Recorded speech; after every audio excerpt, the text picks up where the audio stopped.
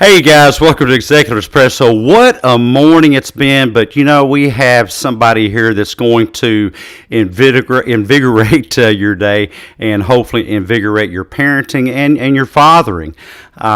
This morning, just one of the things about being father is you make mistakes, you spill your coffee, like me, you knock over your tripod, it knocks over the doggy bowl, all the doggy water spills out all over the floor and all over your computer. You clean it up, and that's really life, learning to clean up messes and maybe making those messes into miracles. And so today we have Brandon at Pondering More. What a cool handle that is. He's the mastermind behind making chaos look cool on X, one thought-provoking tweet post at a time. Get the terminology right for the new platform. His X feed's like a daily dose of wisdom, vitamins for the mind, and I believe that you'll leave smarter, at least more contemplative, after you hear about Brandon and his book, Fathering the Boy. It's not just a book, it's really a life hack for parents, especially fathers that want to raise leaders, not just followers. And don't we need more leaders in the world? And so Brandon's approach, it's a bit like a journey through IKEA, but for human development. And it's really a journey of discovery that can be very rewarding. And so I look forward to having a riveting discussion with Brandon. Hey, Brandon, welcome to the show today. It's certainly good to see you. I hope your morning's not been as full of chaos as mine has been, but you're looking all snappy there. Tell us about your book. Well, thank you for that wonderful introduction. I think I might need to have you write the next book synopsis. That was wonderful. Uh, so the book is Fathering the Boy. That's the first one. It uh, is an annotation of World War I veterans that didn't like how the world was going, and they were very concerned about what is going to happen to masculinity, what's going to happen to society without all of these men. Because even the men that returned from the war that weren't lost were still lost. Shell shock was sort of like a new thing, and they set out to make a manual, make a book, make a way for fathers to be able to connect with their sons in some way. And it starts this the first one is the manual that talks about how to overcome a lot of the obstacles, a lot of the chaos that comes with raising boys.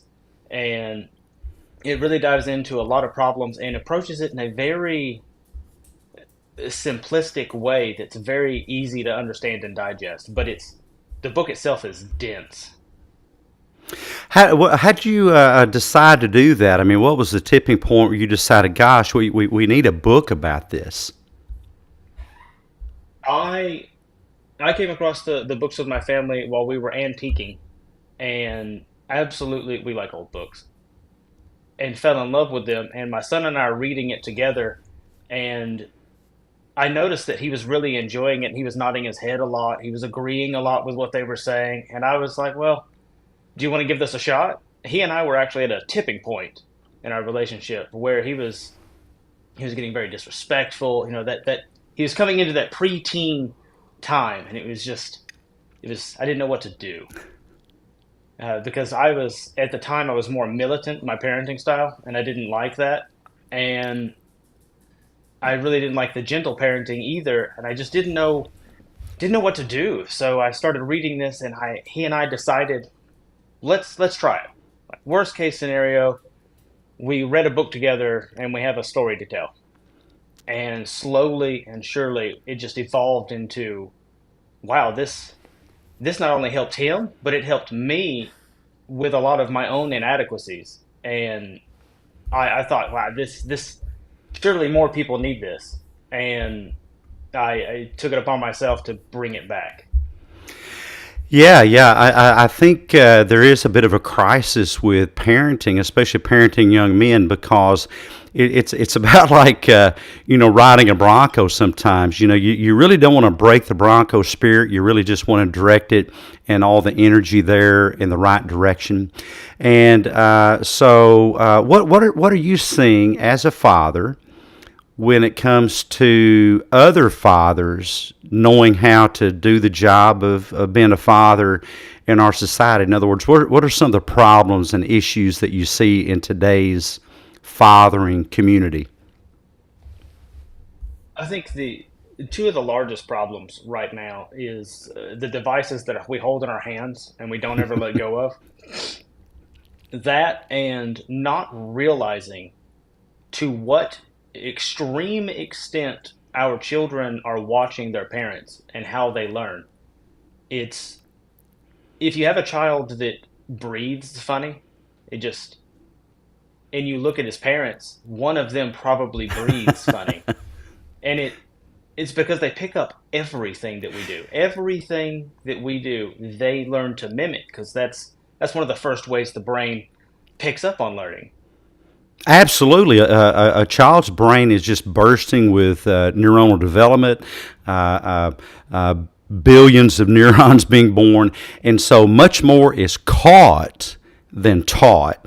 I think that, sometimes we can be very intentional with teaching the proper things, eat this way, speak this way, behave this way, but your kids are going to really catch more. So, really character is kind of like a virus in your household. So you got to make sure that your kids are catching the proper things. And I talk a lot about, if your behavior can't be replicated, right down to what I'm drinking here this morning, which is, by the way, apple cinnamon spice tea.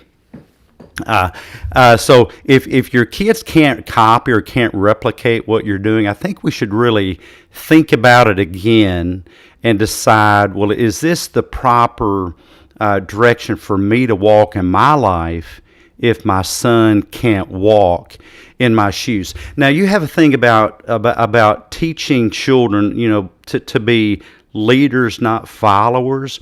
What are some quick tips for parents out there where you can teach leadership in the lives of your children? It's going to come right back to being a leader yourself because recognizing that the first step is recognizing that the children follow us no matter what we do. Is recognizing that you yourself are a leader by definition then. And as soon as you come to terms with that and actually accept the responsibility and determine, I'm going to do the best I can with this, it just becomes way easier. All of the little tricks and tips out there all just fall into place with this. And it happens organically just because you're being better than you were yesterday. My son in his neighborhood with the kids, some of the boys that are mm, they're in need of discipline in a Mm. variety of ways. They they looked at him. Some of them are a little older than him now, and because we're new to the area, and they've started really wanting to be around him. He's got his own lawn care business. He's 12. Holy moly. He's he's an impressive little dude. He all of the little kids just, especially the boys, want to be around him. And after I witnessed this while I was pulling weeds one day, I I went to him and I said, you really need to take advantage of that because do you recognize that? Do you see what they're doing? And he said, well, no. I said, well, so we had a discussion. Why do you think they're doing that? And he's like, well, I don't know. So we talked about it genuinely, not not like a father and a son, more like a mentor and a student, or a brother and a younger brother. And being that way with your son is one of the most incredible experiences that I've had yet. Just having conversations, I guess.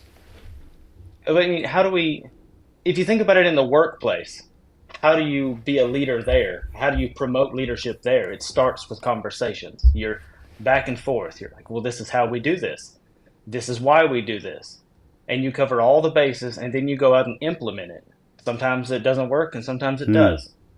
And then you regroup and rediscuss. Communication is imperative. And I think that's such an important thing because a lot of fathers, they really don't know how to communicate with their sons outside of giving orders and directives. And so I'll be interested in how do you have a conversation with your son? j- it's a it's an uncomfortable thing to start. Once you do it, it becomes this magical thing that happens. And my son and I today still have to work at it because, and we both try, and it's very funny. I'll ask him the typical question, well, how was school today? And he can't use a lot of the same things that kids do because he's homeschooled. So my wife is his teacher. Mm. So he can't just say, oh, it was good.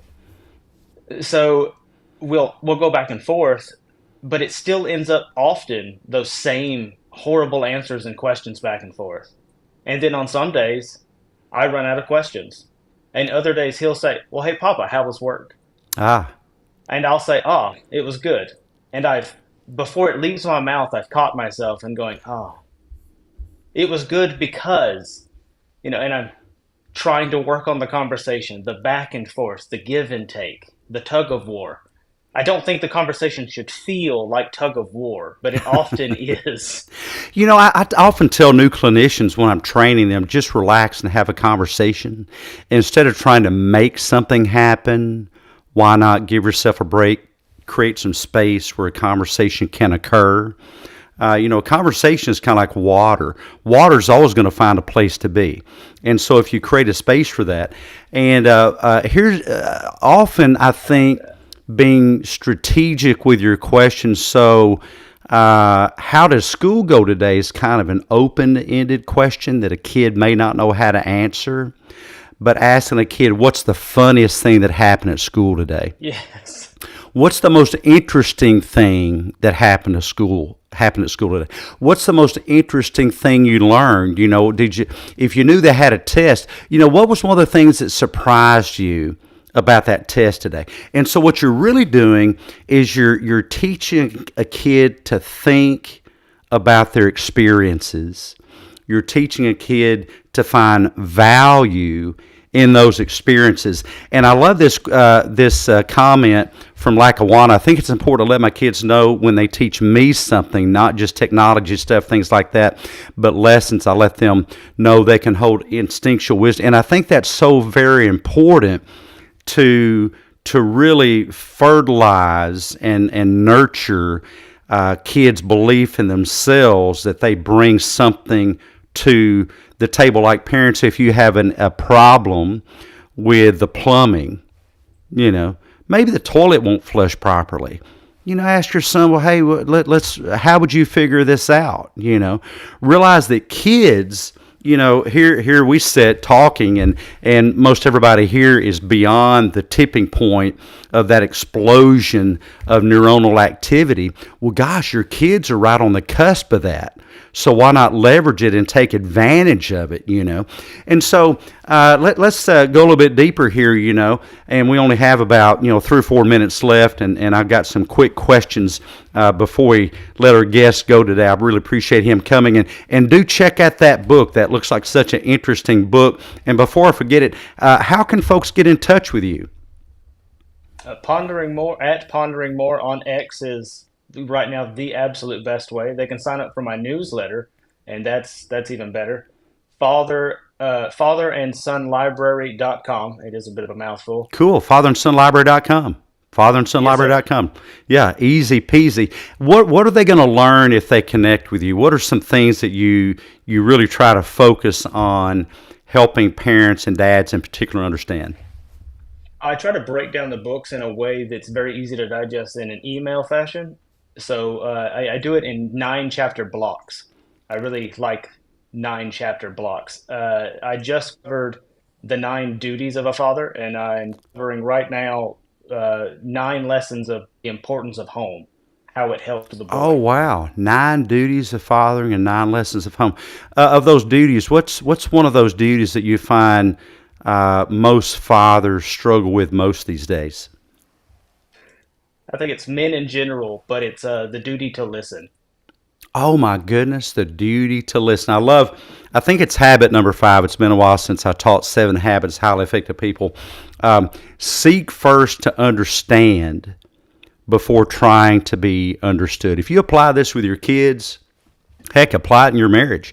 If you'll spend more time seeking to understand rather than just getting your point across, man, you're going to improve your parenting relationship with your kids just like that. It's almost an immediate effect. And so, grab the book and grab the newsletter. What's the top mindset thing that you're struggling with your own fathering these days? It's honestly, it's letting him make the mistakes that he's going to make, and encouraging him to come and ask me for the advice on how to move forward now. Now that he's failed, what do I do? I love that. I love That's that. I think as a father, it's really important. I've made this mistake myself to view mistakes not as setbacks, but stepping stones. Mistakes are not setbacks. Mistakes are stepping stones. I remember my son said to me when he was 8 years old, and I didn't think he was doing something fast enough. It was getting dark. The mosquitoes were biting. I was in a hurry. It was dinner time. And I made the mistake of thinking that this was a bit of a crisis, a catastrophe, had a time limit on it. And my son turned to me and said one of the most informative things that anybody's ever said to me. He said, "Dad, I know that you think I can't do things like this, but I really can." It was such a wake-up call to say, oh my goodness, what am I teaching here? Am I teaching that getting it done is more important than experience of learning? And I was. So teach kids that the most important thing is not snap, crackle, pop, get it done, done, done, but the learning process. Show your kids how to father their own children in the way that you father them while they are children. Because like our author guest said today earlier, your kids are going to repeat some of those things, and you may just find some of your own parenting strategies coming back to haunt you in the form of how your children parent your grandchildren. And we didn't get into a lot of the business stuff, Brandon, but do you see this having an impact on how fathers conduct business and show their kids how to be business people and leaders as they grow up?